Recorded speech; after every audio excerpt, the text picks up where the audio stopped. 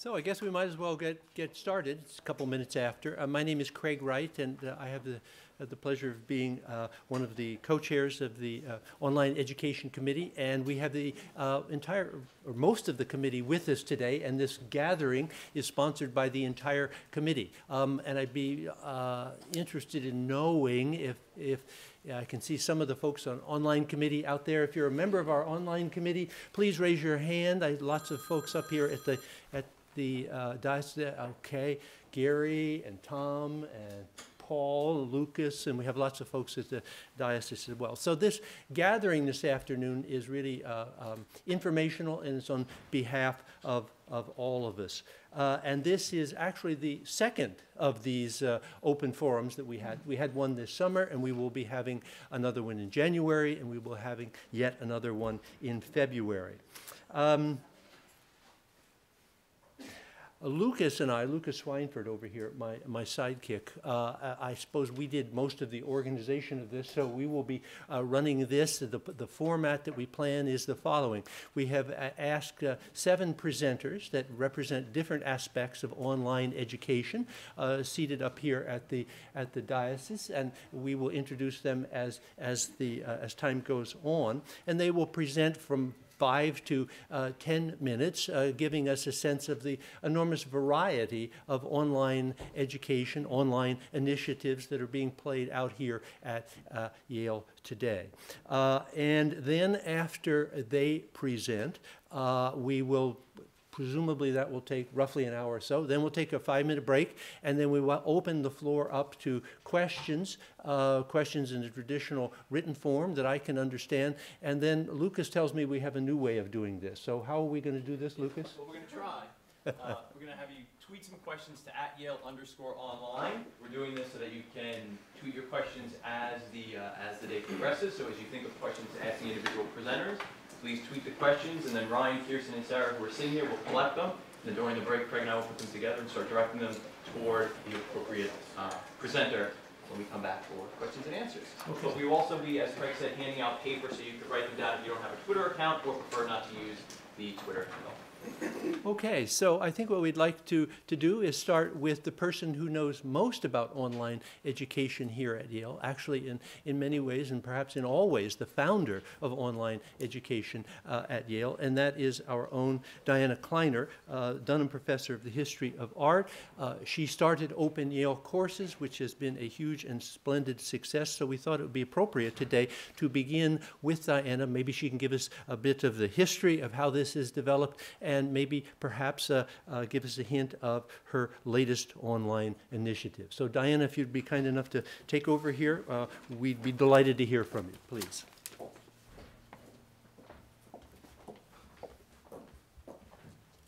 Hi Diana. I'm losing my voice, so we'll see. I'm sorry to hear that. I'm losing everything.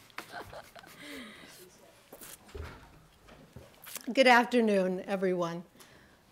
As you can see from my first slide, I'm going to talk today about what I'm calling Making MOOCs Matter.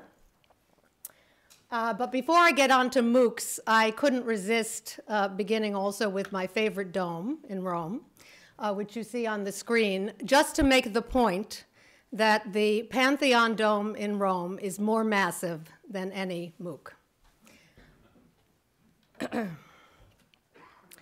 I wanted to begin by explaining to you, I'm actually not going to talk about the history of Open Yale Courses or All Learn, although I will mention them in passing. But I wanted to say more about why I agreed to teach a MOOC.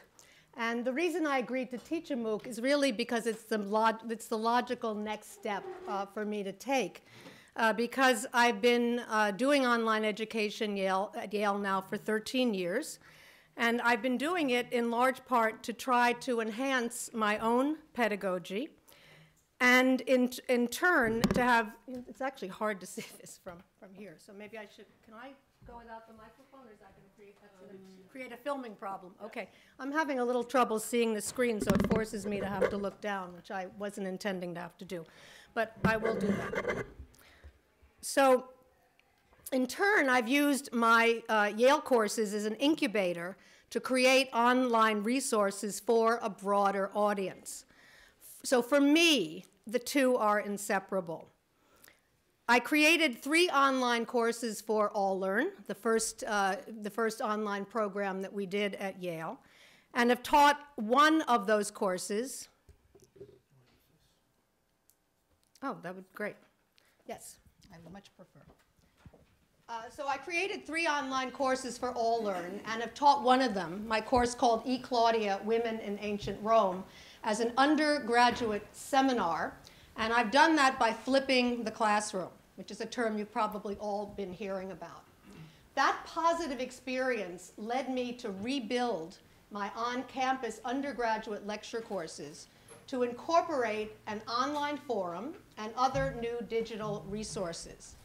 These were, in turn, used by me to develop my concept for Open Yale courses. So I'm just trying to make the point about the way in which my on-campus teaching and my thinking about online teaching really were very much part and parcel of the same thing.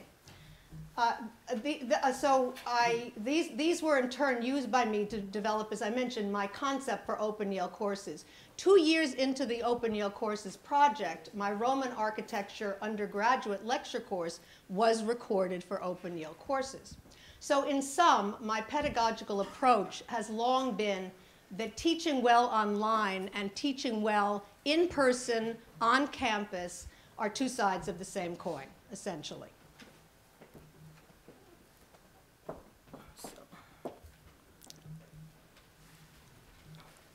So I want to divide this into past, that was past, and now present, and then I'm going to talk about spring 2014, and then about the future.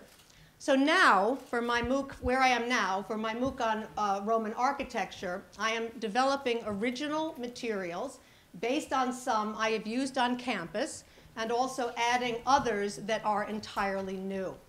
I am using my previously recorded Open Yale courses lectures on Roman architecture to teach an entire semester online, as a MOOC on Coursera. The lectures are chapterized into 15 to 20-minute segments and will be accompanied by new quizzes, assessments, and online discussion that is being created for the course. And I want to use that MOOC to innovate not only in the online venue, but also to innovate in my on-campus course at the same time. So as I began to think about how I was going to structure this and how I was going to bring something new into the conversation, I decided that I would concentrate on what I've ended up calling for myself my 5 new big ideas. Now, 3 of these ideas are deeply embedded in the subject matter of my course, Roman architecture, and to me, they're the potentially most exciting things that I'm going to be doing in the course of teaching this next semester. But I'm not going to talk about them today because, like the Romans who favored architectural surprises, I'm saving those 3 for the January launch of the MOOC. I really don't want to talk about them now because they're still in development, and I'd like to wait and share them in January. But since I'm an art historian, and an art historian is nothing without images, as I note. Let me show you a few images just to introduce you to my subject matter and to give you a better sense of what I mean by a Roman surprise. So this is the Pantheon. I'm going to show you a few images of the Pantheon because the Pantheon, as you can see it here, this is a reconstruction of what it would have looked like in antiquity, and you can see it was fronted by a large open rectangular space. Now, if you look at that open rectangular space, you'll see that when you enter into the courtyard, all you would actually see is the front of the temple. You would have seen the columns, and you would have seen the triangular pediment. That's essentially all. And that's all they wanted you to see when you walked in. And what you were seeing essentially was a traditional Greek or Etruscan temple. It looked exactly like those 2 did. But if you get up closer, and this is, of course, what the Pantheon looks like today, it has in front of it a more recent fountain, a beautiful fountain. You can get a sense, you have to imagine those 2 colonnades, one on either side. You can, again, get a sense of what you would have seen from the front, which is a series of columns, an inscription, triangular pediment, and then an attic behind. Here is a view, when you get even closer, you see a view of what remains of the pediment. The building is very well preserved. And it mentions the name of the dedicator, Marcus Agrippa, Cos Tertium, consul for the third time, made it. He was the son of Lucius. All of that is specified, but it's very bizarre because we know that this is a building that was built in the 2nd century, and Marcus Agrippa lived in the age of Augustus. So there's a mystery there, of course. And to solve the mystery, I can explain to you that when Trajan and Hadrian rebuilt and commissioned the Pantheon, they decided to honor Agrippa as the first, because he had built a Pantheon himself earlier on that same site. So we see here a view of the doorway into the building, and this is what I meant by a surprise. When you go into the doorway, you actually begin to get a glimpse of the fact that the inside of the building doesn't look anything like the outside of the building. When you go in, what you see is this. You see a spectacular dome that completely transforms your sense of what this building was in an amazing way. And that's the sort of thing that I was trying to express, was just that I would like to save my domes, in a sense, until January and concentrate on other things today. But what I do want to do, I am happy to share two of those big ideas today, or at least what I think are big ideas, because I think they actually speak to essentially what Craig has set out as the theme for today, which is this interaction between, or this importance of concentrating on teaching at Yale and the way in which online teaching can also help enhance that. So I'd like to mention those two ideas that are going to speak to that in particular, because they really do offer additional ways to explore how online teaching can enhance education at Yale while offering Yale educational materials to motivated learners around the world. So again, I'm going to give you two of those points. I'm going to call one 4, since I'm not revealing 1, 2, and 3. So 4, I will teach my on-campus and online courses at the same time in order to create pedagogical synergy globally between the Yale classroom and the world. So in the spring term, I'm going to start the course on the Coursera platform at the same time that I start my course here at Yale, and I'm going to be teaching it for the entire semester in conjunction. I will give live lectures in my Yale campus course, as I usually do, and we'll use the recorded lectures online with quizzes interspersed that I'm building for the Coursera MOOC. The quizzes, though, could also voluntarily be taken by Yale students, and I think actually there might be some who would find that helpful.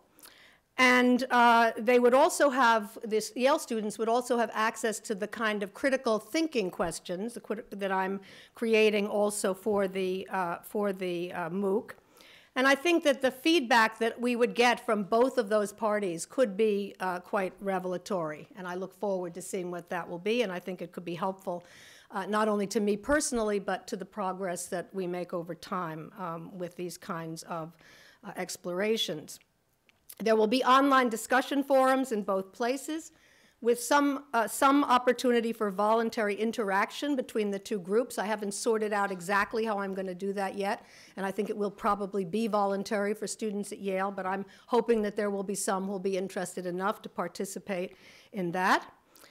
And then as the fifth item, the other one of the two big ideas that I'm talking about today, in order to enhance and broaden the educational experience, I am involving an international team of community moderators who come not only from the United States, but also from countries that were part of the Mediterranean-wide Roman Empire, and will be able to provide timely, on-the-spot observations. I had that experience when I was doing All Learn, and was teaching a course on Roman women. I had an online instructor who was helping me do that. And she was leading the sections, but every so often I would come on and interact. And it was amazing because we had people all over the world taking it at the same time. And if an issue came up, for example, about something in Rome, a detail about something, the person who happened to be related to someone who worked at the embassy in Rome said, oh, I'll go down tomorrow to the Vatican and I'll take a look and I'll get back to everybody. So it does expands possibilities for those kinds of conversations that I think having those not only a broad base of students from different countries around the world, but also community moderators. And some of those community moderators will be Yale alumni, and the online involvement of that group, of those Yale alumni, I think will also benefit, of course, not only the students taking the MOOC, but also the students taking the course on campus at the same time. With regard to the future, I want to make some remarks this afternoon that are my remarks alone. I'm not speaking for the university. This is just my thinking about the future and as I see it now for online education. Having thought about it for so many years and been involved in it in so many ways. And I would just say, first of all, that education has been disrupted off campus and on campus. I think there's no turning back now. Whatever education will be, and none of us know exactly what it's going to be different, of that I am sure. But I can't help but think of my Romans, because the Romans did exactly the same thing with Roman architecture. They disrupted Greek and Etruscan architecture using a new technology. Their new technology was concrete construction. And through concrete construction, they completely transformed not only Roman architecture, but the entire history of architecture. So I think we're actually on the cusp of something similar to that with regard to education. I think we should always remember Yale's mission. Yale's stated mission is the creation and dissemination of knowledge with which we are all involved. Yale's other mission is to train leaders in all disciplines, including education. And I think there's absolutely no question that we at Yale, in whatever forms it is, have to continue to lead in education. Personally, I think that MOOCs matter because they are the current coin of the realm. And that realm will surely evolve. Who knows what it will be exactly 6 months from now, a year from now. But we at Yale can't shape that evolution without being part of that evolution.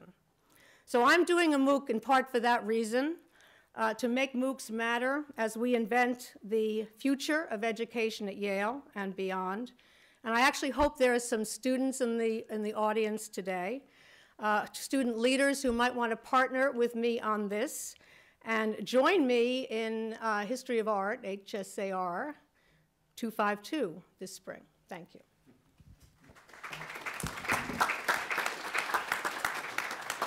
Thank you, Diana. How many students do we have in the audience? Are those folks standing in the back? Come on down. There are plenty of seats. No, we have lots of students. They're just shy. And Diana's fascinating presentation gives us a sense of the richness that awaits us out there, both externally and internally. And each of the four organizers of these new MOOCs is taking a radically independent and radically different approach to this challenge, and it'll be fascinating to see how they all play out. The next speaker, Professor Paul Bloom Brooks and Suzanne Ragen, Professor of Psychology, also has been involved in online education for a long time. He's taught several times in the summer school program. And he is also preparing a MOOC. It'll be interesting to see how Paul is going about this. You want to talk about summer school, or you want to talk about MOOC, or what you going to start with? All of the above. Many okay. more. I have like an hour? You have an hour, yes. Okay, thank you.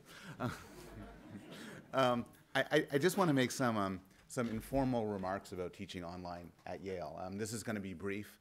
I know there's a Q&A period, but if anybody's interested in doing it and wants an honest assessment of what it's like, in detail I can't get into here, just phone me or shoot me an email, and I'm happy to follow up with anybody. I've taught at the two sort of extreme scales, the very small and the very large, regarding online courses. The small one is a summer course, which I've been involved in teaching for the last 2 summers, and I'm planning to teach it next summer. And this came from, I taught the Devane lectures a few years ago on moralities of everyday life. And I decided to use, and these were filmed, and I decided to use this as the basis for a summer course. So the course, I would interact with students over the summer. There would be a small group of students, between 14 and 18. They would watch the class, the videotaped class, and then they would interact with me. And then they would interact with me once a week, and they would also interact with a teaching fellow. And we would do so over a laptop. So there was a software that you see all the students' faces, and you interact, and they see you, and so on. And I don't have that much to say about it, because in many regards it was perfectly indistinguishable from teaching any other course. It had certain disadvantages. I think I still prefer meeting people in the flesh. I still prefer to actual sort of looking at them and seeing them. There's a reason why we're all here instead of sort of on the screen.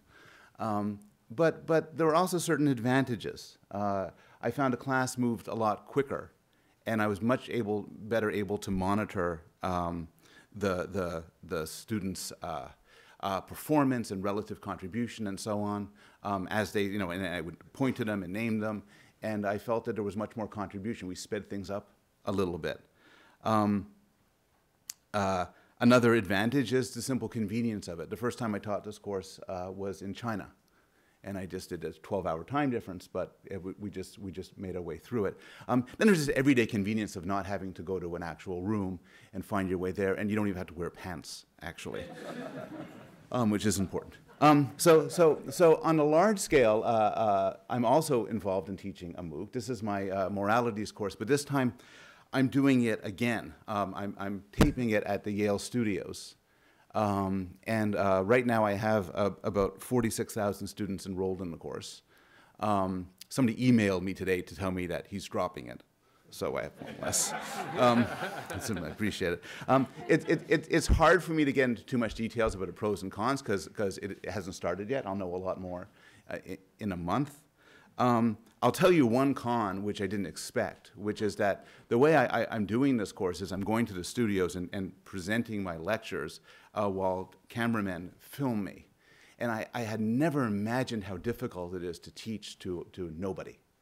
It is now my new, I think it's a very good metaphor for hell. To stand and try to be funny and engaging to total silence. And then afterwards, the cameraman came over and said, I thought something you said might have been amusing. So we're taping it. What we're going to do now, we're done taping. What we're going to do now is going to add quizzes for the courses. We're going to add exams. When it launches in January, along with an extremely competent teaching fellow, I'm going to hold office hours, meaning that people will email me questions, and then we'll do Q&A. The teaching fellow will give me the questions. I'll answer them. I'm going to invite guests over, and again, the students will provide me with questions to ask the guests. The guests are going to be major figures in my field, some who've already agreed to participate. And we're going to construct some sort of social media for the students to interact with one another. I've heard a critic describe MOOCs as books on tape. I like books on tape. In some way, yeah, it's a book on tape. I'm quite comfortable creating a book on tape. I think that's a fine contribution. A book on tape with some quizzes and exams and social media and some sort of contact additionally. I think it falls, I don't think a MOOC is going to replace a seminar. I'd much rather myself, or much rather my son, who's going to college next year, take seminars than MOOCs. On the other hand, what this MOOC used to be was a large lecture course. And the MOOC's probably better than that. Large lecture courses, if we didn't already have them and somebody proposed them, people would say, what a ridiculous idea. And I'm saying that as somebody who's teaching one next semester, so I'm not giving anybody a hard time. I'm finding this exciting, much more difficult than I would have imagined, and I'm looking forward to seeing how it works out. Thank you.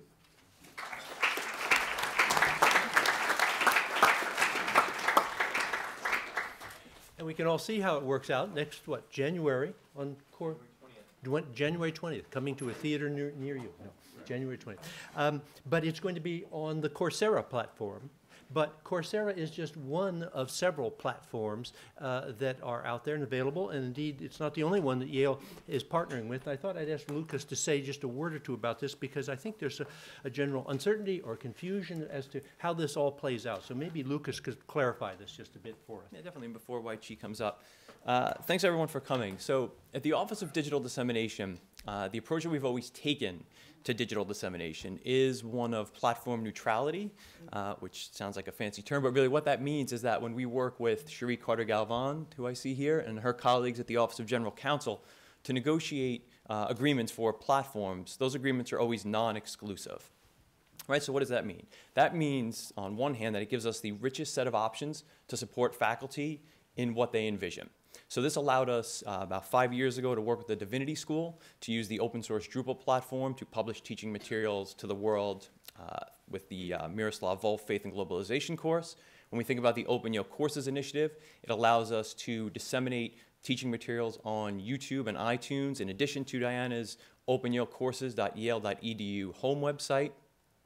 And now as we think about the future, so Paul was just talking about how we'll be using Coursera to start launching MOOCs in early 2014.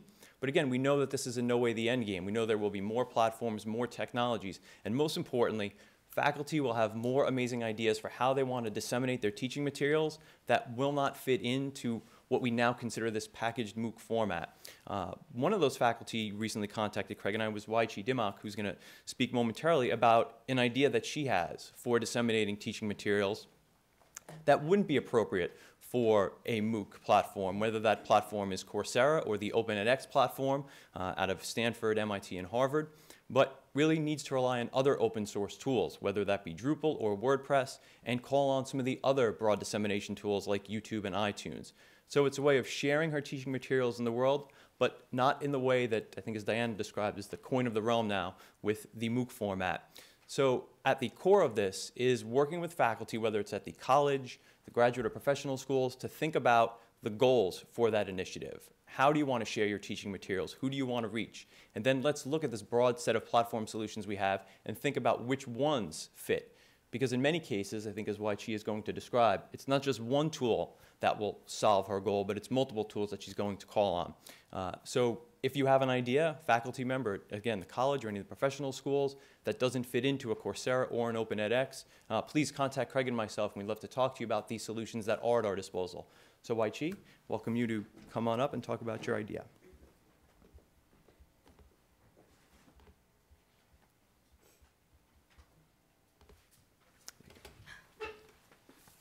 So I apologize for the condition of my voice. I don't usually sound like this, but I have a bad cold. Okay, and with all due respect to Diana and Paul, I do want to make a case for an alternative to MOOCs. And so what I'm going to be talking about right now isn't something that is in existence, but rather something that has yet to be developed, something that would require input from all of us. I want to make this proposal in part because MOOCs have dominated our thinking about online education, with some MOOC platforms, such as Coursera, setting the terms of the debate. At the same time, there's also been a significant amount of criticism, pretty much well covered by the media. So I've included 3 articles from the Chronicle of Higher Education. First about faculty at San Jose State refusing to use the MOOC offered by Michael Sandel. Second one about Mitchell Denier, a Princeton sociologist who has taught a MOOC to 40,000 students leaving Coursera over the licensing of his material. And finally, most recently, about Stanford also trying to develop a competing platform. Since Yale's contract, even though it's a non-exclusive contract, its contract is with Coursera, this is what I'll be concentrating on. And I should be upfront about my misgivings, as Lucas mentioned. They have to do not only with what I've been reading, but also with the fact that I have a website, a course website, an experiment in online education that cannot be fitted into the Coursera format. I'll get to that in a minute. But for now, just let me talk about 3 pedagogic concerns that often come up regarding Coursera. First, and I think this is what people worry about the most, it is for profit.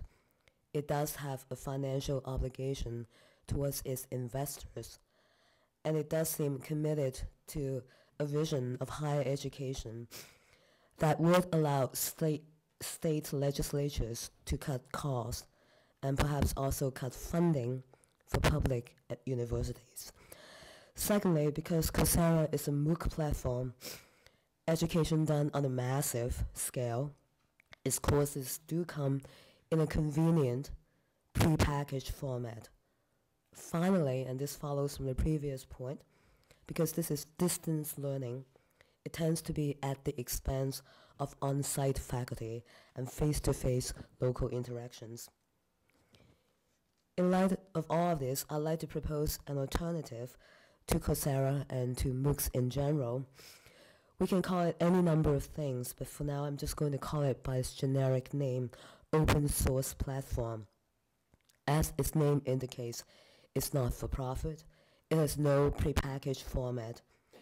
Instead, it is just a digital environment that can be used by multiple audiences at different educational levels, working at their own pace and remixing the material as they see fit under the Creative Commons BY-NC SA license. Its commitment is to local input, collaboration, improvisation. So what exactly is this? Oh, sorry. I forgot to show you the slides. This BY-NC SA license, the three acronyms pretty much sum up the conditions for use. BY, by, it requires proper attribution. Any use of the material will have to carry the acknowledgement that it is by so-and-so. Secondly, NC, non-commercial. It will not allow the material to be used by any for-profit entity. And finally, SA, share alike. Any work resulting from the use of the material will have to be distributed under a similar non-commercial license. To give you a sense of what a course based on this, how do I open? Yeah. Okay.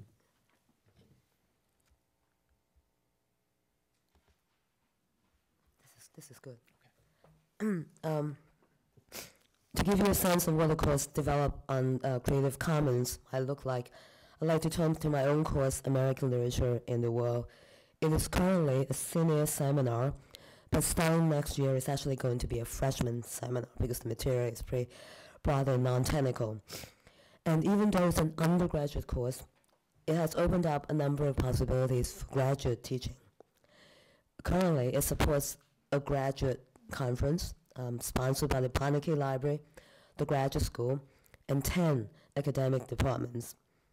Last year, the 12 presenters of the conference came from all over the country, from public and private universities from the East Coast, Midwest, West Coast. In addition, let me show you the conference last year.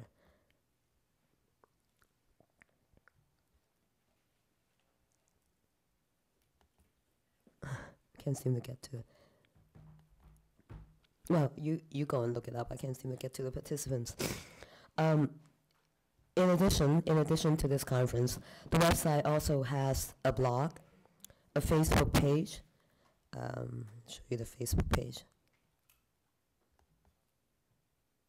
So here's the Facebook page. And, oh.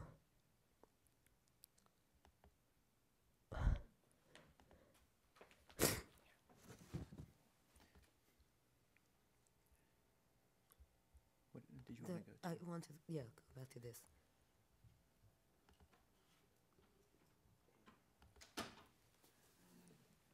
So how do I close this? What would you like to go to? Well, I just want to look at a little bit of this and then go back. Okay. So it has a conference, a blog, a Facebook page, wiki articles written primarily by undergraduates. Okay, so this is the person who's most responsible for writing the wiki articles. He's not an English major. He's an economics major, and for the past 2 years, he's worked as an intern at McKinsey & Company So this is a very unusual writer of wiki articles, but I take pride in the fact that it's not just English literature people who will be contributing to this. And it has course material. I'm just going to show you the two syllabi. It's the syllabi for American literature in the world. And then a course that is going to be taught in the spring, a literature and film course called A Private Eye, taught by Paul Grimstead and Alan Trachtenberg. And we've also put that syllabus on the website as well. So this is something that we're working on now, making sure that if they want to, other faculty can also put the course material on the American Literature in the World website. In that spirit, we'll also be developing 3 longer-term projects, all of which will require collaboration. The first is the Media Lab. Is in collaboration with Dean Robin Ladouceur and Trip of the Graduate School and Trip Kirkpatrick ITS to showcase digital humanities projects by faculty and students. Secondly, we are also putting together a print anthology that's edited by myself, 2 graduate students, and an undergraduate, Kyle Hustler. And then we also have a public humanities component, and it's in development, as you can see. But we hope to have a New Haven food festival, because a lot of the material in American literature in the world has to do with food. So we thought it would be good to have a food festival featuring food trucks.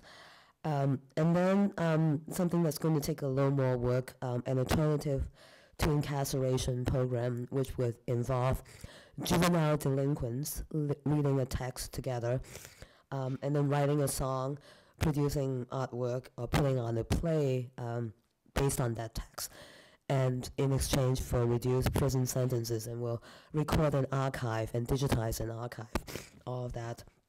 So, as evidenced by American literature in the world, to open,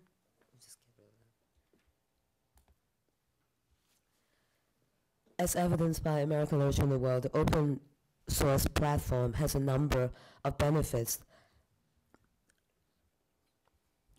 not available from a MOOC platform. It is usable by multiple audiences. It provides a location for undergraduates, graduate students, other faculty, libraries, art galleries, as well as ITS to work together. And finally, its outreach to the rest of the world is matched by its outreach to the local community. Of course, the open source platform doesn't have the marketing power that Coursera does, but it can build up a modest and sustainable audience over the years. It can be accessed through multiple platforms, through its own course website and Facebook page, through YouTube and iTunes, and I hope also through a central portal that will feature all of the different components of Yale's online education, including Open Yale courses, Coursera courses, and then this open source platform, which should put Yale in a pretty unique position in the debate on MOOCs.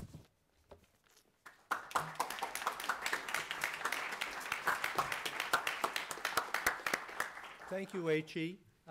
Obviously, this is not a one-size-fits-all approach to online education here, and the more ideas, different counterpoints we get to any given theme, the better off we will be, the more that we will learn. Now we're going to switch to yet a different, very different approach to online education, perhaps not initially online education, but education that holds out the possibility that eventually it could use digital dissemination to make it work even better. And for that, we're going to call on undergraduate Zack Reneau-Wedeen. Is that how I pronounce the last part of that? As right? close as anyone. Close enough. Well, come on up, Zack.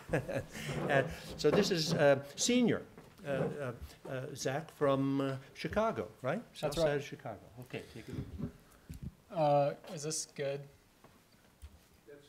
Okay. Just tilt the other microphone up at the podium and just don't get too close to it. If you get close, it's story. Okay, cool. You guys will have to forgive me. The majority of my microphone experience is in karaoke lounges. And I think that's a very different skill.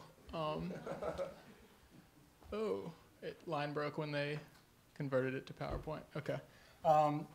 Anyway, thank you guys all for coming out to the online education open house. I'm Zach. I'm going to talk a bit about HackYale, some things we've done, some things we want to do, and some things we've learned along the way. I know we asked this question earlier, but people were shy. How many of you guys are actually students? Hands super high. Okay, that's a lot. That's awesome. You guys, I think, know at least as much as the professors do about how this stuff can work, so don't hesitate to get involved and be bold about your opinions. And then, how many of you guys have heard of HackYale? Just so I know. Okay, cool. That's like 2/3, better than I expected. Cool, so what HackYale is, what we've learned, what we are is also what we hope to do. Again, this line broke, there's no space there, but if you want to see the talk, go to hackyale.com/pdf/whatishackyale.pdf. I'll leave this on the screen for a minute. All the slides are there, and they are formatted nicely because it has Futura.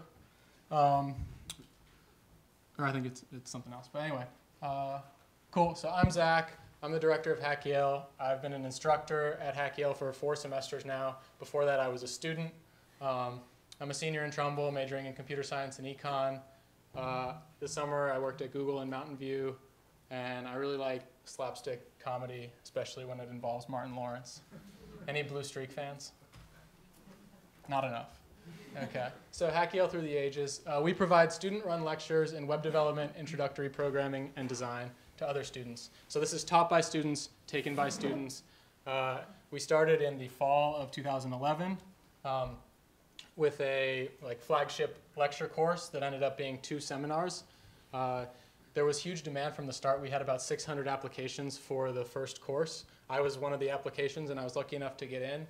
And I took the first course, which taught introductory HTML, CSS, JavaScript, and Node.js, which are programming languages you can use to build websites. And after that fall, we talked with people at Harvard and Princeton, and it sort of became clear that we were best off focusing on doing as good a job as we could here with the limited man and woman power that we had. Eventually, we settled in as a provider of educational, cultural, and professional resources to Yale students. So what that means is we have our flagship class. I teach that for the 4th time now. It's an introduction to front-end web development, so learning how to build cool websites that don't remember anything about you and just show content. So similar to what we were talking about with like a website that says what your course is, that would be an example. We have workshops. This actually spun out of a failed attempt to make more classes. In the 2nd semester, we had a Rails class, Ruby on Rails, an iPhone app building class, and a Node.js class in addition to our front-end class. And students were really excited about that. We got tons of applications like, yeah, this is going to be my biggest thing of the semester. And then people ended up not really being able to commit. And part of that is because these topics are more esoteric than the original flagship lecture class. So it's a little harder. If you miss one section, it's much harder to catch up. So we decided that instead of devoting 10 weeks to these subjects, we'll have jumping off points of 1 to 3 hours where you learn about the subject, you meet some people who are into it as well, and you get a starting point from which you can go and learn on your own. We serve a function of publicity. We have a mailing list, and about 1,500 students have signed up for it. So whenever there's a big tech event, we help publicize it. We publicize our own workshops and our class. And then we recently launched HackYale Jobs, which is a jobs board to connect startups and students looking for jobs. It's sort of like UCS, but for smaller companies who don't have the man and woman power to advertise on UCS or send recruiters here and take students out to the study for cocktails. So we have our lecture. It's once a week. We have office hours. We have homeworks. We stay after and talk with people. We post our slides online. You know, I don't know if you guys have read about like the 9 dimensions of providing an education. So we try to hit as many of those as possible. Those being like content, professor-student interaction, although it is bold to call myself a professor, instructor-student interactions, student-student interactions, et cetera. We try to do as much of that as possible. And we have a bunch of cool websites that have come from the students who took our class. The Yale Film Society website was built by Becca Edelman, who was originally a HackYale student. She used it as her final project for the class, and some other ones. Cool. So the future, we like to separate things into like incremental change and like moonshots, which are like bigger ideas that we're not working on already. So one, we want to continue to try to meet demand. Like I said, we get between 300 and 600 applications for our class each semester. We can take about 50, so that's not enough. We'd like every student to have a chance, and it's really unfortunate when a student who would really take it seriously and make it their top priority doesn't get in, because everyone's going to say they're going to make it their top priority. Jobs and opportunities, we want to keep adding to our jobs board, keep doing stuff there. I think we're doing a good job. And then our cultural presence, it also has to do with some of the stuff that was just talked about in the open source platform. But we have a Twitter, a Facebook, enough stuff to manage, but it'd be nice to just have even more things chronicling what we're doing and helping get other people involved. And then moonshots. So we've got this HackYale K-12 initiative. It already exists, but what it is I go to Metro Business Academy, which is a high school down the road, and teach a programming class a couple times a semester. And what we really want it to be is more of a presence the way that like CHE or Demos or some other community service group on campus has a presence in high schools, where we're involved in a lot of high schools teaching programming, having individual interactions with kids, and trying to get as many younger kids involved in programming as quickly as possible. Because to be honest, with the introductory stuff, they catch on just as quickly as the Yale students, and they're a lot less afraid to make mistakes. And then the other thing which got deleted from the slide is Hack University. That's what I was talking about a bit when I said we considered expansion. We even like bought a camera and started filming ourselves talking, as Professor Bloom said, to an empty audience, which is not the most fun thing. And so it's much harder to do that, and we realized that it really requires a lot of work to create custom content just to do that. So it never really came to anything, but interested to hear anyone's thoughts. So some learnings we've had and some enduring mysteries. So there are some easy lessons. A lot of these are specific to teaching programming and especially to teaching web development. One of the first lessons we had is we have to focus on the products. And what I mean by that is we can't say, oh, hey guys, like, let's learn about for loops. This is going to be so exciting. We have to say, no, let's learn about how to make this. Or have you seen your newsfeed on Facebook? Let's figure out how that works. Putting things in a real context that people can relate to makes it much easier to get kids excited about what we're doing.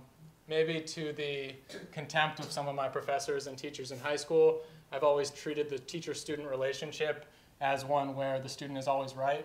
You know, I'm paying for an education, you're getting paid to give me one, and so if you're not doing it in the way that's working for me, that's not my fault. And so we try to make, on the other side of the window as teachers, we try to hold ourselves to the same standards.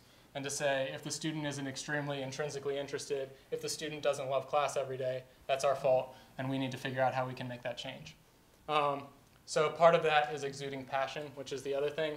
This does not come naturally to me.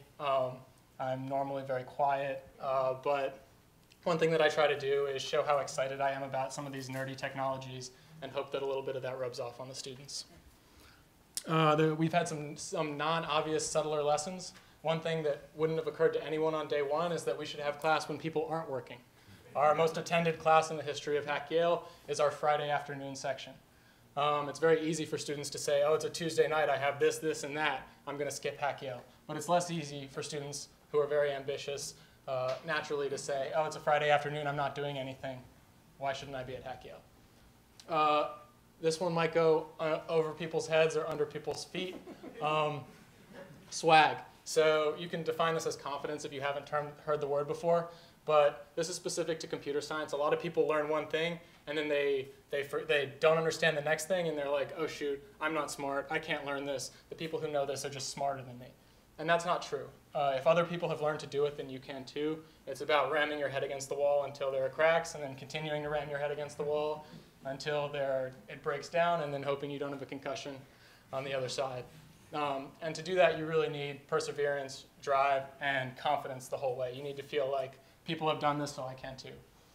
And then when it comes to instruction, we prepare a ton of slides. We have these nice looking slides with a clear outline of what seminar is going to go like. And then You know, we're like, okay, so last time we studied this, does everyone remember what this is? And everyone's like, no, I forgot. And so we have to improvise on a day-to-day basis and sort of avoid being a prepackaged set of lectures, as we put it earlier. We haven't really figured out how to ensure long-term commitment. I said that the Friday afternoon class is our best attended lecture or seminar to date, but it's still not that great. I think everyone who's dealt with huge online courses, I don't know if you guys read that Fast Company article. I don't know if you agreed with the journalistic integrity of it, but if you did get a chance to read it, one thing that stood out is that the completion rates for a lot of these classes just aren't that high. And with HackYale, when we have full-time students who are devoting their free time to this, that's obviously a huge problem for us too, and something that we're working really hard to solve and holding ourselves to the standard that it's our fault. And then we need to bite off the right amount for our class. The first time that we taught it, we tried to do the front-end technologies and then also a back-end in Node.js, and it was just a little bit too much. So we've scaled back to front-end stuff, but we're still figuring out exactly what the right balance is, especially when we have a class of some people who've programmed before, some people who have no experience, and some people who are entering their 4th year as a computer science major. And we're still working on swag. That one's a never-ending battle. Cool. So I prepared some homework for you guys today. If you want to brag about how you've done it, you can send me an email with a screenshot of the completed project. That is not necessary. So homework number 1 is to complete project 1 at dash.generalassembly. The URL is a little difficult for people who are not as literate with the internet, but General Assembly is a startup in New York. It was started by some Yale graduates, Matthew Breimer and Brad Hargreaves. And they have a new product called Dash, which teaches introductory web development from a very product-focused side. If you guys have used Code Academy before, it's a fantastic platform, but it is more of a programming teacher than a product building teacher. And I really like how this takes an approach of building products from day one. And also go ahead and play around with a demo at hackyale-intro.herokuapp.com. It's a little demo that I put together for you guys so that you can understand a little bit more about what I mean when I say HTML versus CSS versus JavaScript. It takes you through what the 3 technologies mean and then gives you a little demo to play around with at the end. Thank you guys so much for listening to me air my thoughts. And if you have any more questions, you can email me at zach@hackyale.com. Or if you didn't get anything that I've said, I'm happy to define it for you. Thanks.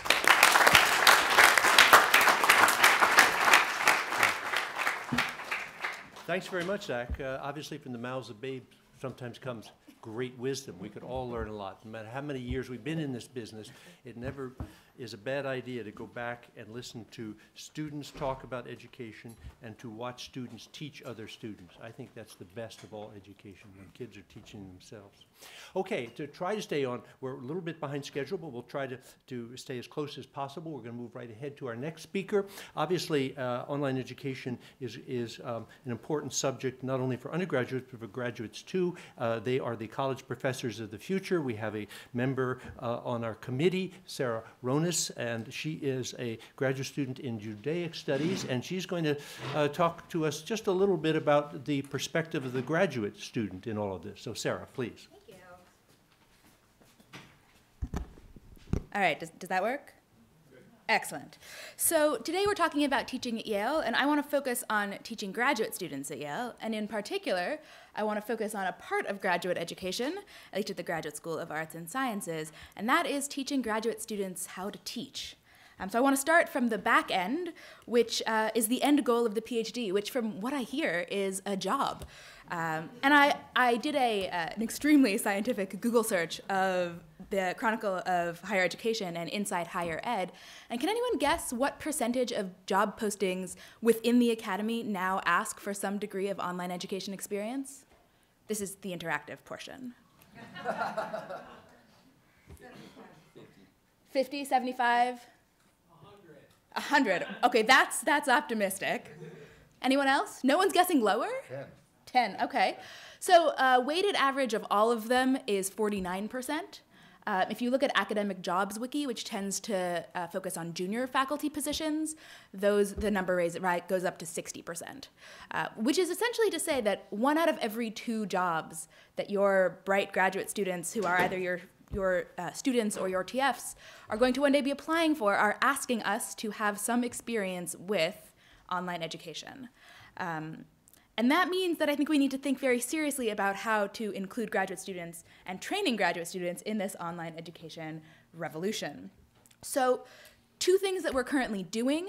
Last year, for the first time, the Yale Teaching Center ran our first workshop on preparing to teach an online class, which was a particular challenge because the other facilitator and I had both never taught an online class. But we did a lot of research and we had some really great discussions. And we're currently exploring opportunities with Lucas about allowing and mentoring students through preparing a 5-minute demo reel. A number of jobs are now asking students for evidence of facility in online teaching, and so allowing graduate students to make a demo reel as part of their job application package, maybe their teaching portfolio, is one thing that we're looking at doing in terms of giving us some of that experience. So I'm going to be very short, and I just want to raise one sort of systemic question, and then I want to leave us with one large takeaway. And the systemic question is one that I think has been raised already about how many faculty we're going to need if we are sharing brilliant online classes. And the most clear example of this is the network that we have about sort of very rare languages that we currently have with a number of other universities. Now, if the entire Northeast needs one professor of Polish, and I picked it randomly, I have nothing against Polish, then we need to think about our responsibility in terms of PhD admissions, about how many PhDs in Polish we're training who may or may not get jobs. And so one thing to think about as we do this is, how does admissions reflect this online revolution? But my most important piece of advocacy, my takeaway is, it's important, given the market and given where education is going, that we give graduate students the opportunity to experience online education. Most of us are slightly older than the curve, so most of us did not take online classes, but we will be expected to give them. And through summer classes, TF assignments, other opportunities that we can be creative in allowing graduate students to have this experience, I think we're going to be much more compelling candidates on the market. I think there may be a tendency, there's a lot to learn when you're learning to give an online course, and I think there may be a tendency to find a TF who knows how to do it and then just stick with them for the next 4 semesters. I'm sure that would be easier for everyone involved, but I think it's going to be very important to think about how we include a broad number of graduate students across fields in this. The statistic that I started with is consistent whether you're talking about medieval studies or actually computer science had a slightly lower percentage, but regardless of where you're talking, whatever field you think is the field where everybody's doing online education, it's really across the board. And so I think we need to find ways to include graduate students throughout that process. Thank you.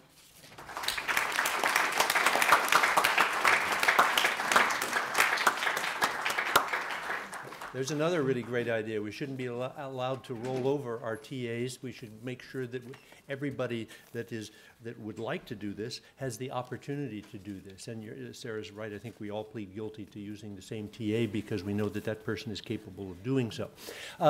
Let's move on now to a situation in which someone has looked at what Coursera might be able to do for us, but not set up a MOOC. What he has done is to take some of the assessment opportunities, the ideas about assessment, some of the ideas about flipping the classroom. We all know what that is, and many of us are probably already doing it, but not to establish a MOOC outside of Yale, but to reimagine how a very basic, and I've been here a long time and I've always heard complaints about this one course, Math 115. It's a tough course. I never would have been able to get through it, but he's figuring out a way using the Coursera principles to make this much more accessible to Yale undergraduates. So we're going to hear now from Jim Rolf, who is the Katutani Lecturer in Math. Please, Jim.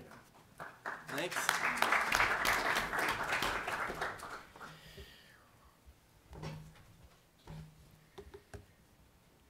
It's great to be here. Thank you very much for hosting us, Craig and Lucas. I really appreciate it. I've been here just over a year, and one of the reasons I was hired was to help the math department think about how we can improve what we do. And so today what I want to talk about is one of the things that we have in the pipeline right now, and to give you a sense of how we're imagining the possibilities of using online technology to enhance what happens in the mathematics classroom. So the question that I think about is, how can we improve the local, residential, i.e. on-campus mathematics instruction by leveraging video and online quizzes? And so for me, the question is not so much how many students can I acquire via a large MOOC. That's certainly a wonderful thing to do. It's not so much the impact that we can have around the world, which of course is a wonderful thing to do. My particular interest and the point of view I'm coming at this at is, how can I do better with the students that I have in the classroom? So if online elements help me do that, then I want to leverage those. If they don't, then I want to use something else. So given this sense, this question here, in a Math 115 course, let me tell you a little bit about a typical student experience. You come to class. When you come to class, you've probably just gotten out of bed. You see or hear information. The instructor is lecturing furiously. Chalk dust is flying everywhere. Things are on the board. Things are all over the place. And meanwhile, students are copying notes furiously, trying to avoid the chalk dust, just trying to make sure they've got what they think they've heard, they think they see on a piece of paper, that when they go home that they think they know what's going on, and they review later when they do their homework, etc. And then if you happen to have an instructor who believes in active learning, then maybe you actually do something with this information that's been disseminated to you for the first time in class. But if you don't have one of those instructors, well, forget that. You're not going to do anything with the information except for copy it down, pretty much. This is how myself and many other people do this. Homework, whatever that means. That's the next step in the process, in the Math 115 realm. If I can hit the forward button, we'll see what this actually says. So what do? You work on the more difficult problems in the course. These pop up in homework. You review the notes that you copied down while trying to avoid the chalk dust flying from around the room. And then maybe you think about picking up the textbook to see if you can find a problem similar to the one that you have to do to turn in because you're about to get a grade for that. And that may be the first time that you've actually encountered the textbook. Because if you're like me, I have been completely unsuccessful in having students read a mathematics textbook before they come to class. I must confess. So this is probably the first time that most students, at least in my classroom, unfortunately encounter the textbook. And then if you're doing well, then you move on, you turn your problem set in. If not, you go seek help in some form. You go to your neighbor, your roommate, your instructor, a problem-solving session, a peer tutor, or something else. And then last, we have exams here. We have an exam, and then what do you do to prepare for the exam? You review the notes that you took in class while avoiding the chalk dust, while the instructors were reciting something that was in the book that you could have seen beforehand if you'd taken the time to read it, but you didn't read it. And then this cycle sort of keeps on going. Then you review your homework problems that you hopefully have gotten back in time to study for the exam by. And then, of course, last thing you do is you get help. And then you take the exam, and then the process rolls on over and over and over. So what we're trying to do is we're trying to deconstruct the first piece of this, the classroom experience here, into three components.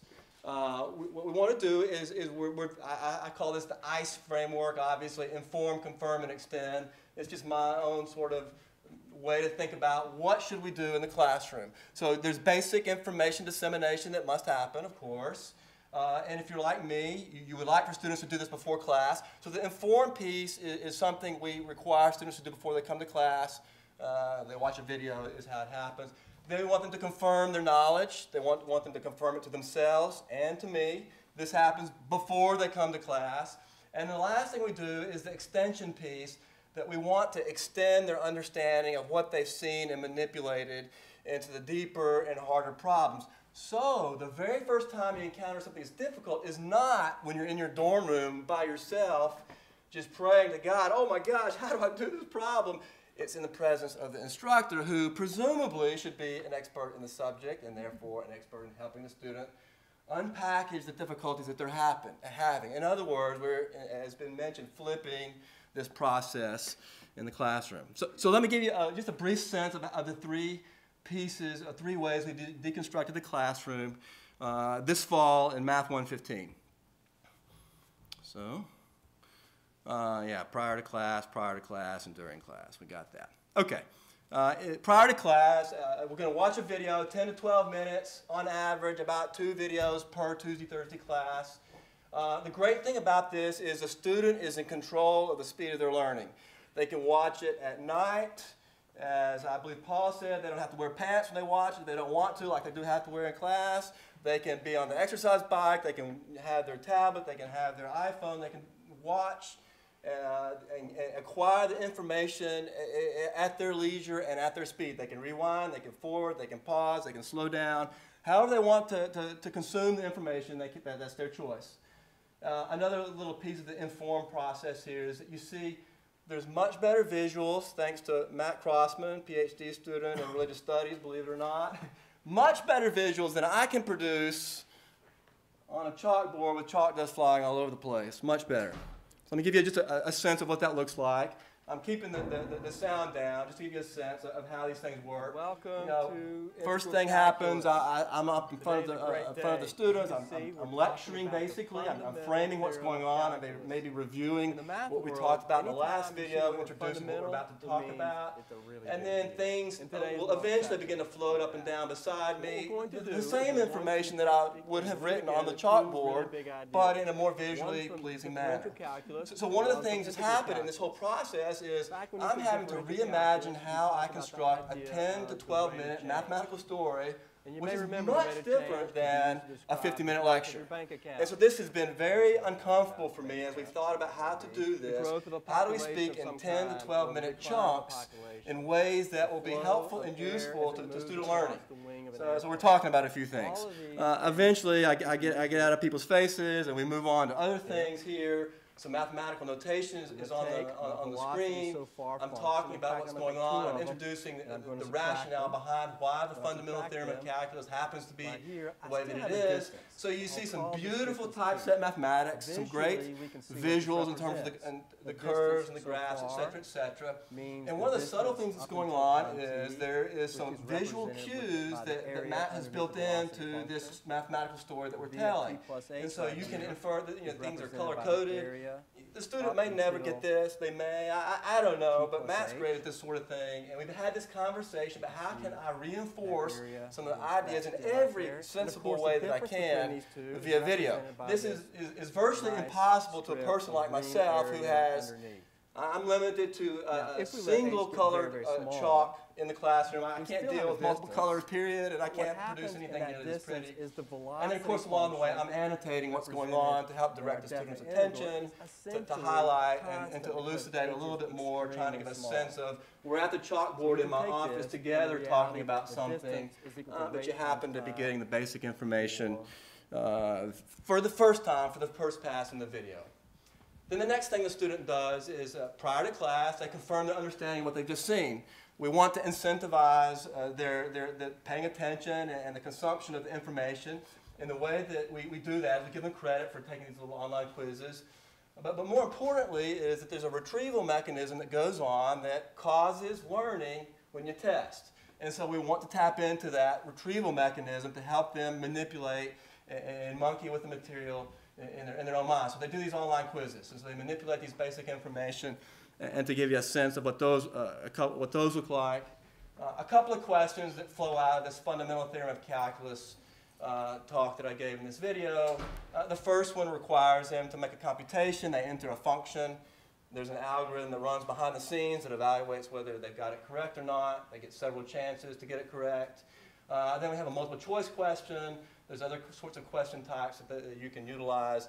And so the students do all this, and then I wake up 5:30, 6 a.m. on the morning that I teach.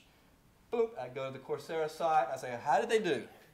And I look through all the questions that they've done, and I see, oh, 85% of them got this one correct. There's no need for me to spend any time in class on this particular idea because they're doing fine. But oh, 70% of them missed this other question. I think there's some trouble here. I need to tailor class and shape it in such a way that I can specifically and personally address the sorts of things that people are having trouble with. And then the last question I always ask is this: was there anything that you didn't get, wasn't clear, or was there something that was particularly interesting? And this is illuminating because students say things I would have never in a million years have thought about. I'm just assuming that life is going good. over here, and yeah, I'm anticipating this problem, but all of a sudden they're telling me, no, no, no, I really am having trouble with when you said this on the video, and I would have never in a million years have known this. So I walk into class, and the first thing I do is I pop up their comments. I say, hey, here's what you told me, and here's how we're going to address the questions and concerns that you have. And then we tailor and shape class on the fly. Well, not on the fly, I mean, a few hours before I'm doing this. But basically in ways that I never have done before in the past. So then we extend things during class. And gosh, there's just a million things you could possibly do here. Here's a few things. You tailor class to focus on misperceptions, confusions, and difficulties. You can have more in-depth discussions about things. I try to move fairly quickly to dealing and grappling with more difficult problems. So a little bit of lecture in class to clarify and explain, to clear up confusion, maybe to go a bit deeper, but a lot of time doing stuff. There's this watch and do paradigm that I try to tap into at every chance that I can. They watch, they do. They watch, they do. And so my personal philosophy is that you learn mathematics best, not by watching me do it on the chalkboard with chalk dust flying everywhere, but by you doing it in that way. So I want to extrapolate that through everything that we do. So this is not a particularly new approach to teaching. I mean, people do this in various forms. And so I'm certainly making no great claims that this is new and different. What is different and new is the tools that we have to implement it. And so we're using Coursera. Certainly there might be other platforms that work just as well, but that's the one that's working well for us right now. We're collecting mountains of data to try to figure out if this thing is really working, if it's going well or not. And of course, it's not a huge revelation in hindsight, but man, there's a huge team of people. You know, my face is up in front of people every day, but truly there's a lot of people. Yuen Su, Matt Crossman, Guy Ordoliva is in the back on the camera, Jenny Frederick, Ed Karras, Lucas, and many other people have been all a part of this. This would have been absolutely impossible to do, just me and myself, at least at the level that we're trying to do it at. And therefore, one of my big takeaways is you've got to have a team helping you roll this thing out. So that's what I've got.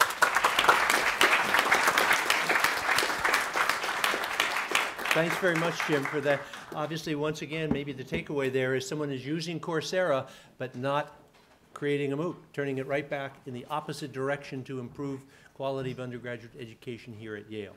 Now, I won't say we're saving the best for last because we've had 6 really great presentations up to this point, but I've had a preview of the last one by Mike Schwartz, and I know it's good, so don't go away because this will be good. Michael Schwartz is Associate Professor in the Medical School, also Associate Dean of the medical school, and his particular charge is the curriculum of the medical school, and he has a lot of good information and good news to bring to us. So, Michael.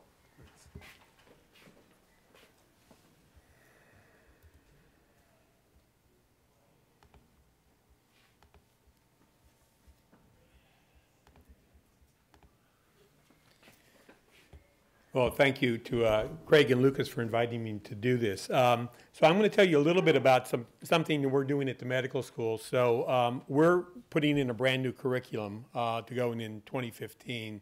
And in the words of our accreditors, we blew up the current curriculum. So the new curriculum will have nothing identical to the current curriculum. So the good thing about that is it gave us a lot of opportunity to think about the pedagogy we use to teach, about the things we want to do to enhance the learner's experience and to make sure that people grasp things. The bad thing is it's really hard to do this with a lot of people not wanting to change things.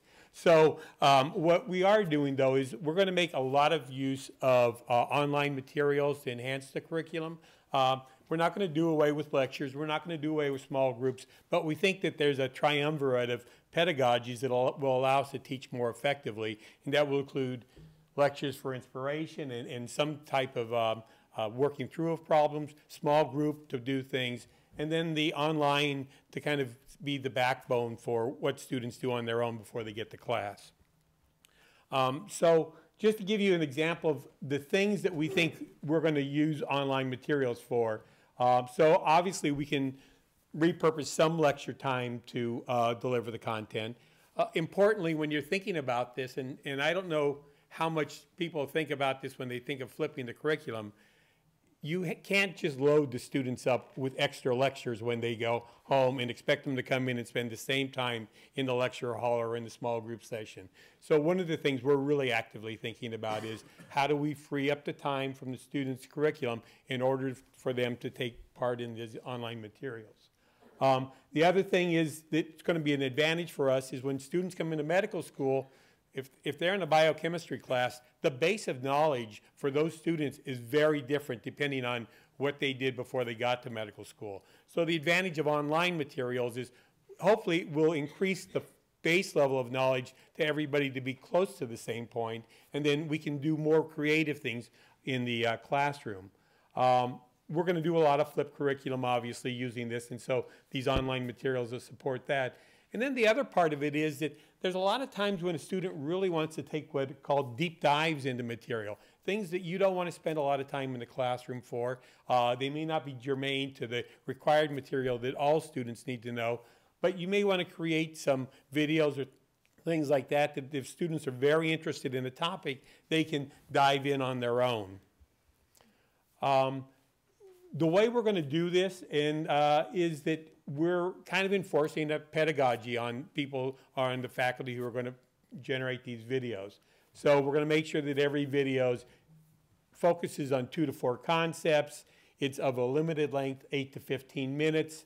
The setup we have for filming and delivering these is such that it's accessible from all devices, both iOS as well as laptops. And the reason the iPad was important to us is we give all of our students an iPad when they come into medical school, and we want to deliver all of the curriculum on that device to them. And so all of the material we deliver has to be iPad accessible.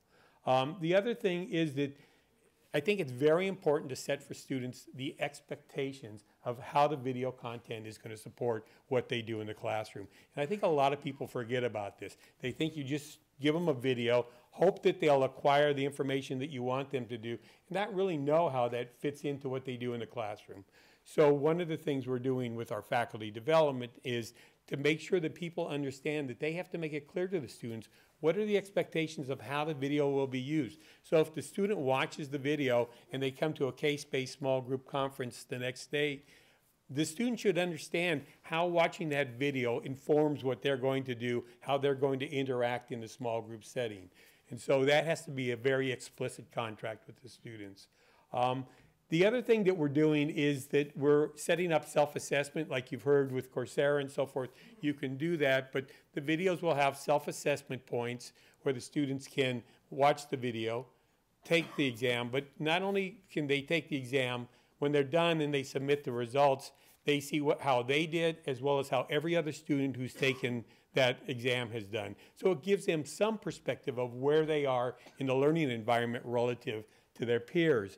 The other advantage for us is that as the faculty member goes in and looks at those exams, say the night before the small group setting that's going to use that material, they can see where the problems are, where the areas of difficulty are for students, where the areas of strength are.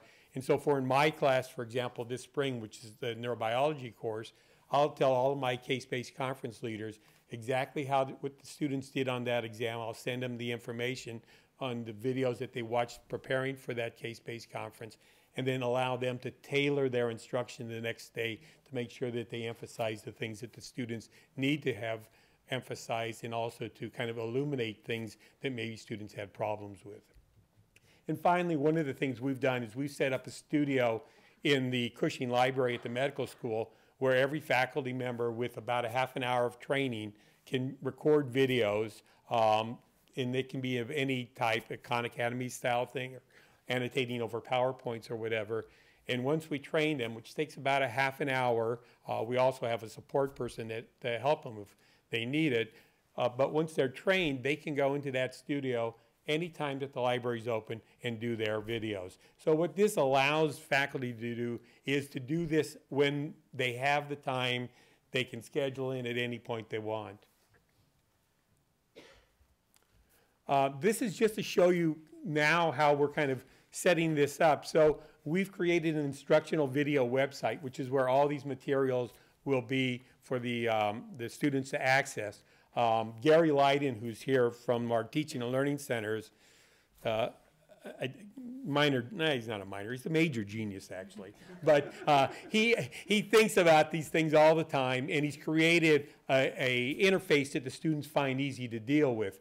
And what we do now is basically for each year, year 1, year 2, their clerkships, their electives, and sub-Is, as materials become available in a course or a clerkship, there's a bar that's available that the students can select.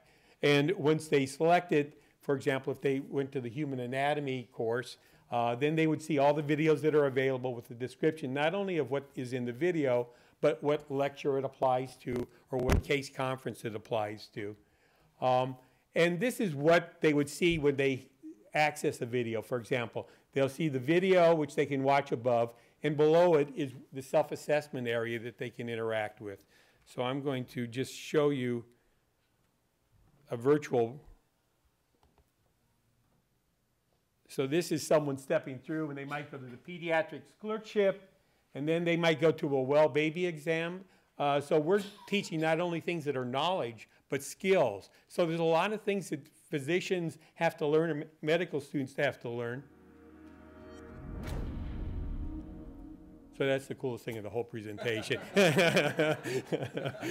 is getting someone to do that. But the newborn exam is best performed in a well-equipped, warm, draft-free room or under a radiant warmer, preferably with a mother or guardian present, so the clinician may address any specific parental concerns or questions as well as observe parental-infant interaction.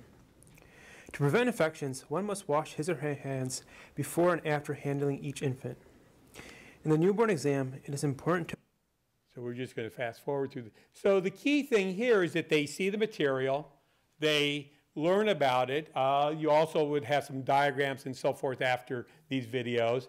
And then they go down and they take the assessment. And like every assessment, it tells them when they get things correct or incorrect, gives them explanations, and then they can go back and retake it. Or they may go back and look at the video at the point where the information was that they're being tested under. And then what happens when they're done with the whole thing is they submit their exam. You'll see it after this one.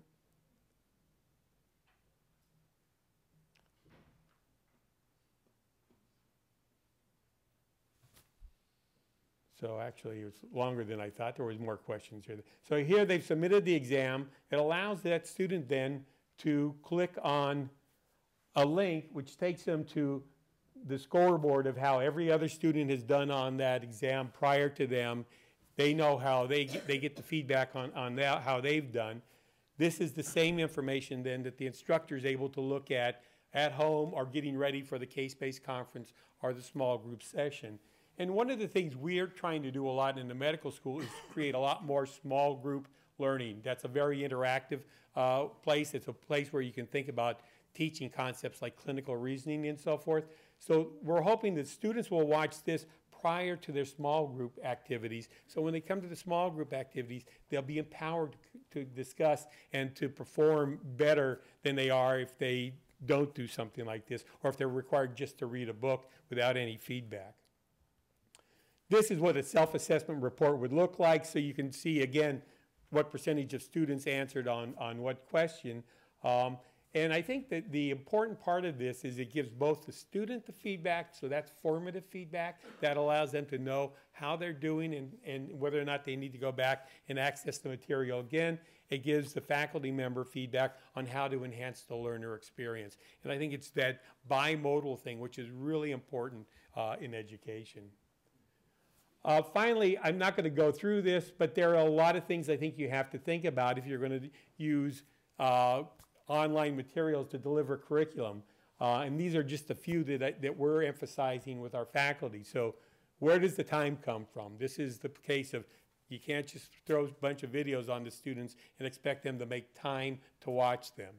How does the information relate to the in-class activities? So again, it's letting them know you're watching this because we're going to do something with it the next day in your case-based conference. It's not going to be a case of just reading a chapter, for example, and then not really knowing how that connects to what's going on in the lecture or the small group. And then creating uniform standards for video content is going to be important for us, so students get used to seeing the same thing all the time. And I think something that's really important that a lot of people don't think about, I think you have to teach the students how to watch an instructional video. It's different than watching a movie, right? There are certain things you need to think about when you watch a video. And someone cleverer than I came up with this WWSQ, which means watch, summarize, and question. So talk to the students about how they should watch the video. So they watch it, after they watch it, they should summarize it in their minds and think about what they just saw. And then they should submit questions. So one of the things we'll have in the exam part is those open questions where we ask them, is there part of this that you didn't understand? Or create a question on your own that you would like to see from this material. And this is just to give an example of the types of areas where we're using this in the curriculum this year to kind of pilot it out. I think one other place that's very important, not just in students, is we're actually using this in a faculty development class where we're teaching clinicians how to teach about clinical reasoning. So we've created a bunch of videos. The faculty watch those videos, and then they come to an in-class setting where we actually go over the steps in teaching clinical reasoning. Thank you.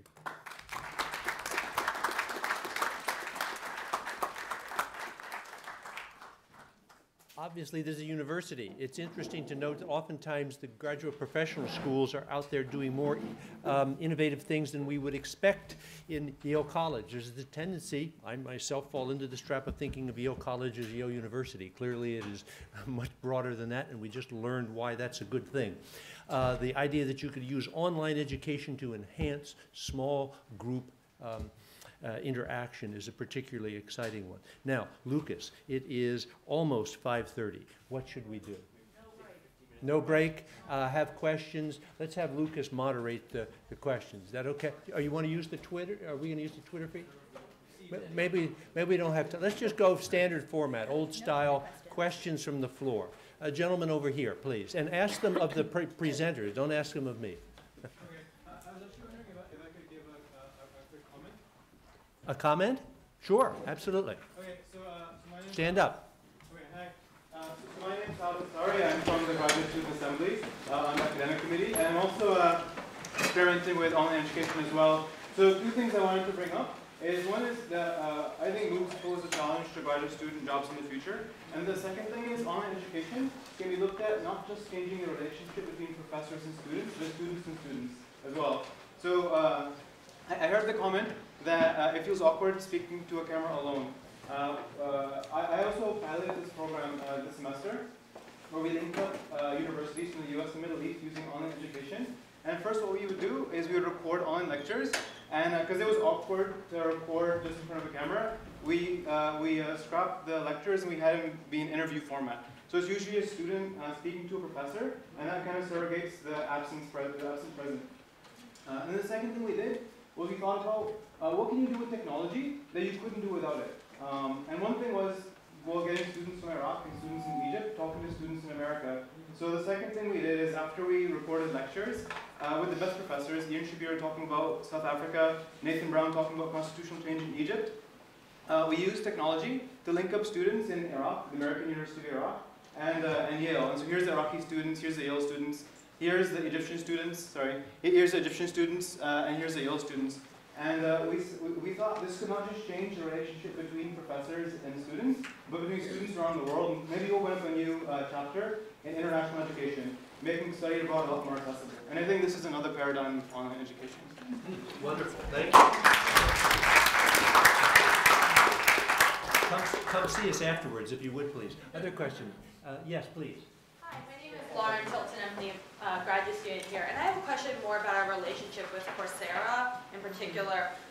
You know, the numbers have come out that under 10% of people complete online courses.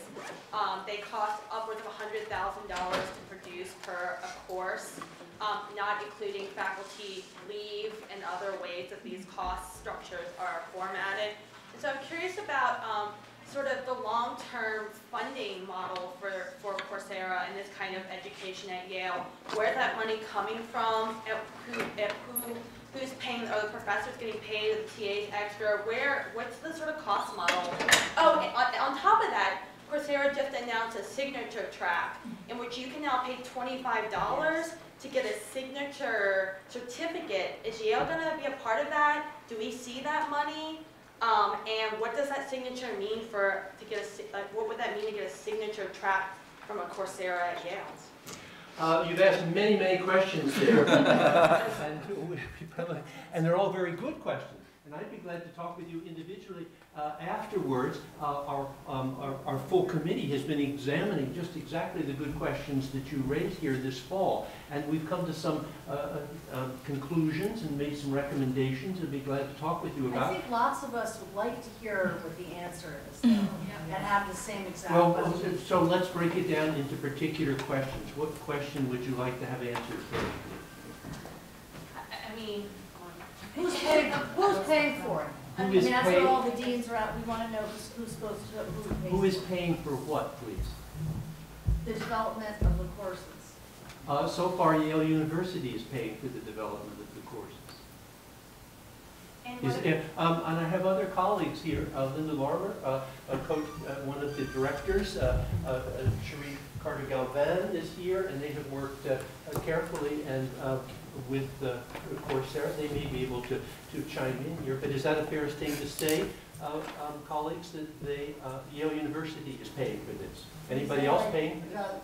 Lucas has been introduced that he's the director of the Office of Digital Dissemination, which is a small little group that has supported a number of these initiatives that you've been hearing about. And right now, the 4 faculty who are doing the initial MOOCs, but also you've heard some of these other issues, are being supported by a combination of Lucas's colleagues and those in IPS. We have Gary Kinney here from IPS.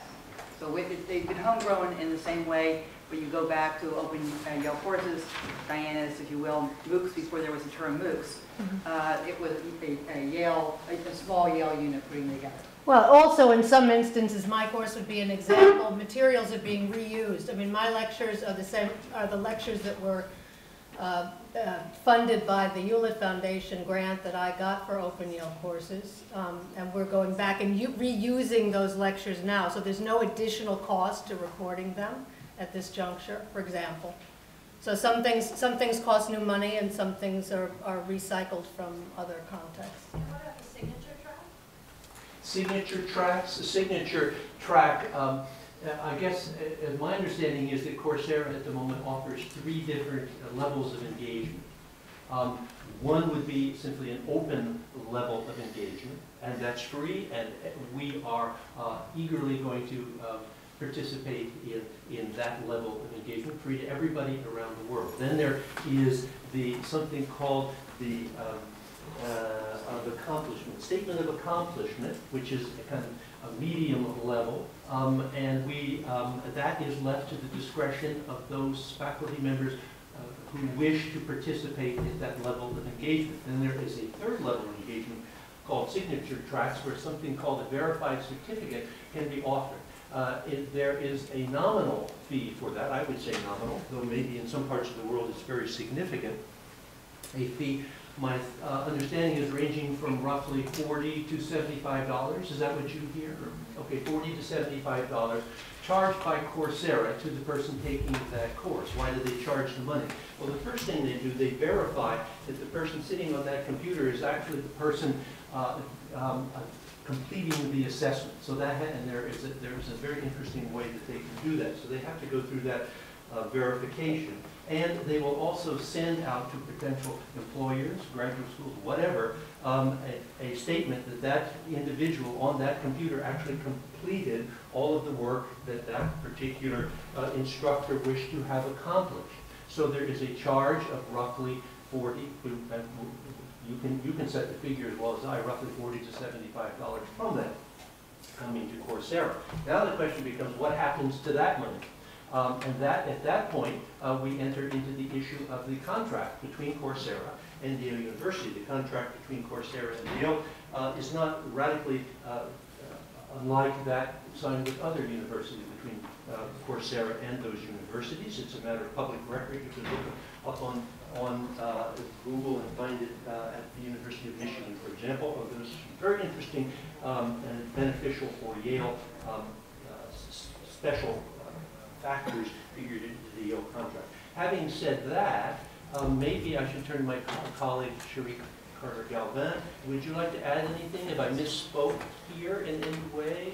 I guess a couple of issues there. I mean, one isn't contractual, but I think one thing to emphasize is we're at a pilot phase very similar to the pilot phases we experienced with Open Yale courses, where we hope to learn a lot. So some of the questions are unknown, the answers to your questions right now, but I think we've made a decision that it's important to get information and participate to see the impact participation would have on the Yale community and the Yale experience, and Yale University's reach worldwide. But in addition, I think there are all sorts of factors in deciding whether or not to go with a signature track or a statement of accomplishment that relates to whether or not the experience will be pedagogically appropriate or effective. So some of the data we get by making certain decisions will help drive how we move forward. So the more information we get by experimenting, the better. And maybe Paul could take this up, because the committee actually, that Craig chairs and a number of members are here, looked at this last issue just last month and decided this should be entirely faculty driven. So it ought to be an individual faculty member who has volunteered, if you will, or committed to making a Coursera course or any other kind of course should be able to control the various so-called tracks. And so the fundamental one is that anyone that the university supports through Lucas's operation has to do it for free for the world. But anything beyond that should be the individual faculty member who is teaching the course. Yeah, that's my understanding. I'll add one more thing, and people can correct me if I'm wrong, but Coursera gives scholarship grants for anybody who's unable to pay. It could be more in the third world and so on for the higher level things. And they give them out basically for anybody at this point who asks. And this is important because for a lot of us, a lot of the motivation for getting involved in MOOCs is to be able to bring a college education, a university education, people who could never have one. So it's counterproductive if we end up pricing them out of it. Other questions? Can you stand closer to the podium, please? Oh, sorry. Yes, lady over here, please. Yes, hi. My name is Astrid Baumgartner. I'm on the faculty of the Yale School of Music. My primary concern is with quality teaching. And so I've been listening to some of this, and I really appreciate the variety of experience that you've all shared.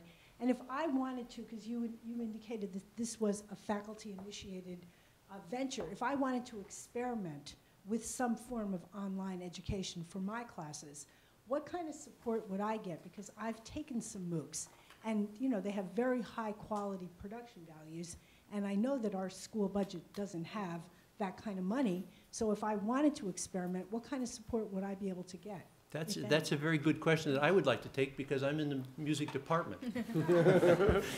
So not in the School of Music, but there is financial support for this, and I suppose at some point the president will be able to announce at the appropriate moment when perhaps some more financial support would be forthcoming to do this. I would go first to my dean, which in your case would be the esteemed Robert Blocker, and talk with Robert about the idea that you might have. Then Robert would probably come to our committee and say, this is a great idea, but my budget is tight at the moment. I'd like to be able to fund this. Then we would go around to the members of our committee and say, evaluate this, and because we have a subcommittee to do this, evaluate the validity of your idea, which I'm sure would be great, and then we would make a determination as to how much money in the vernacular to throw at your particular project.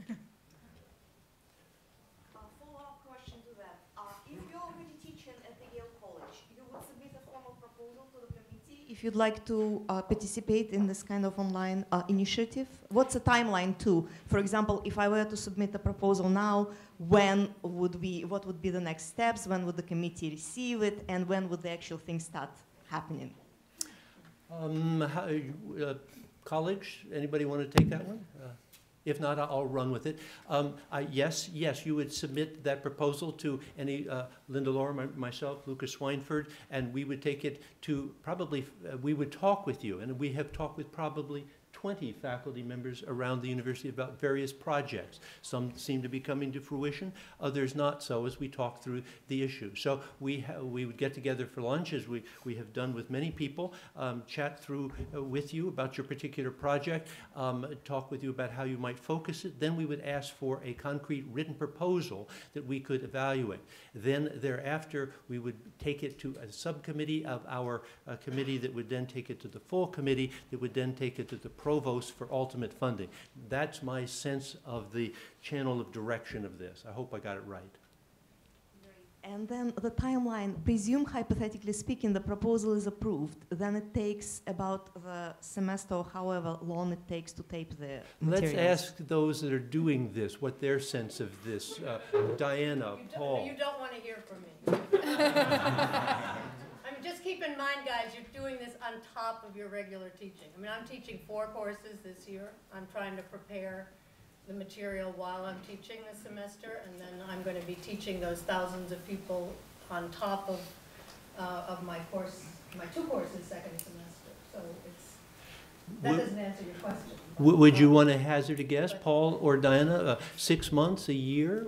I mean, I've prepared my course in the fall this semester, but I'm not otherwise teaching this semester, so it's a good opportunity for me to do this. But I'm doing it from scratch. If I was to do it from an existing course that's already taped, it would be less work because I wouldn't have to do lectures. There's certain configurations would be more work. I'm teaching only a 6-week course. If it's 12 weeks or whatever, it's just corresponding more work. I don't think it's impossible to do it in a semester. Yeah, I don't either, but I think there are all those variables because my course is a 15-week course as opposed to Paul's 6-week course. And each week that you do extra, you have more quizzes to create. And so you really do have to think that out in terms of your, I mean, a good time could be the summer to prepare one of the, if you're going to teach one in January, you know, to actually get it approved prior to the summer so that you could put your summer into, you know, really thinking about it and create, so that you don't have to feel under the gun when you have so many other things going on. And it's also variable based on what type of project it is. Exactly. So for example, Jim's project had a very different timeline because his main goal was to teach students in the fall semester, and I think we started working on it, it feels like in the middle of August, Jim, and you had 2 weeks to start. Then we worked with Jillian Paul Bloomfield, who's behind me at the forestry school, to teach a certificate course where it was 6 weeks, a different audience, and we had, you know, a few months to get that course ready and start teaching it. So I think it's right, depending on your style, but also what is the goal of the project? Yeah. Is there a definitive timeline that we need to meet as well? Has there been any consideration given to degree programs as Harvard, Columbia, and Penn all reach out to non-traditional students with a combination of weekend or evening and some online learning and grant them a degree? Now, granted, there is inevitably a stigma somehow attached to that degree because you weren't on campus, or there's some sort of extension school or bifurcation of what is a real degree, not real degree. But is there any, has Yale considered that at all? Is this I think the person to take that one would be Lucas, because there is initiatives. There are initiatives in the works here at Yale exactly along the lines. They tend to be situated in the professional schools, and Lucas knows more about that than I do. You want to speak to forestry, SOM, etc.? Well, I think forestry gives an example where we work on a certificate program for 6 weeks through the LT initiative. Certificate's very different than degree. Absolutely. So we don't have any degree programs in the works. I think we're, as Craig said. Excuse me. Absolutely, the nursing degree. How in the world can I forget? Of course, over at the School of Nursing, there's a Doctor of Nursing practice, which is a hybrid degree where 50% of the learning is done in residence, and then 50% of the learning is done online, where students have to come to campus. I believe it's for 1 weekend each month, and then for 1 week at the end of the semester. And this is now in the second year it's a 2-year degree program. The third year is a capstone. So I think that's one great example where the dean thought about, again, it wasn't should we go online because it's new and it's interesting. The dean thought, what are my goals for this this degree? And the goals were to train healthcare leaders. You know, it's the idea of how do you take the education you get at the Yale School of Nursing and apply it as a leader in the healthcare profession. So the type of students that they were looking for, and again, I think this is to your point, Casey, what's mission driven?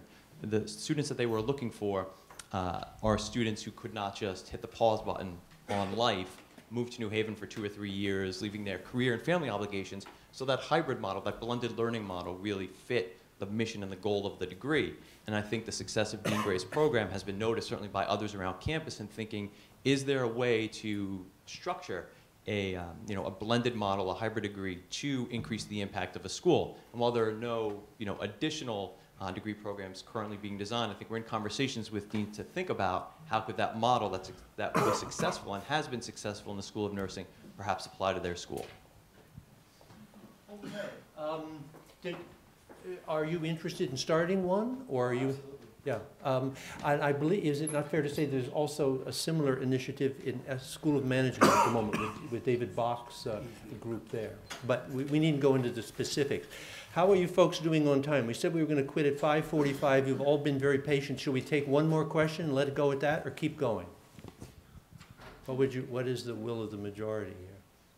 One more question? Well, I have one question was submitted in writing, so I feel great. Let's stop with this. Yeah. And perhaps Paul or Diana might want to take this. It is, what is the primary goal of a MOOC? Is it to make Yale education more accessible around the world, or is it to increase the educational experience for Yale undergraduates? I think we'd give different answers. I think that there's different ways to do a MOOC. In my case, it's the former. In my case, I teach my classes at Yale, but the goal of the MOOC is actually for students not at Yale. In fact, I have an eye towards students who would not, again, be in any university or any college. I would just add to that I agree with that, with Paul on that, in the sense that certainly when we began to create Open Yale courses, and prior to that, All Learn, the objective was to open Yale's classroom to the world and to invite as many people around the world to have the opportunity to study at Yale as possible. But as I mentioned in my own remarks today, I have always had in my mind that it was a two-way street, that I was doing both of those things at the same time, that I was incubating ideas in my classroom here that I was sharing around the world, and that I was learning from the people I was teaching around the world. Because you should all keep in mind, those of us who've taught, and this would include Craig as well as Paul, those of us who've taught on Open Yale courses, while we stated at the beginning of the project that this is not an open invitation to contact the faculty, our emails are very easy to find, and consequently all of us get emails all the time. And it's actually a wonderful thing, because these emails are full of praise for what Yale has done and its generosity, and also to the faculty. And you learn a tremendous amount, because people make comments, they ask questions. So that all of that I learn from the people who write to me, and I've learned a lot from the people who write to me, I bring back into my classroom at Yale. It makes me think about things, the sort of thing you were saying before, makes me think about things in an entirely different way sometimes than I thought about them before, and I bring that back.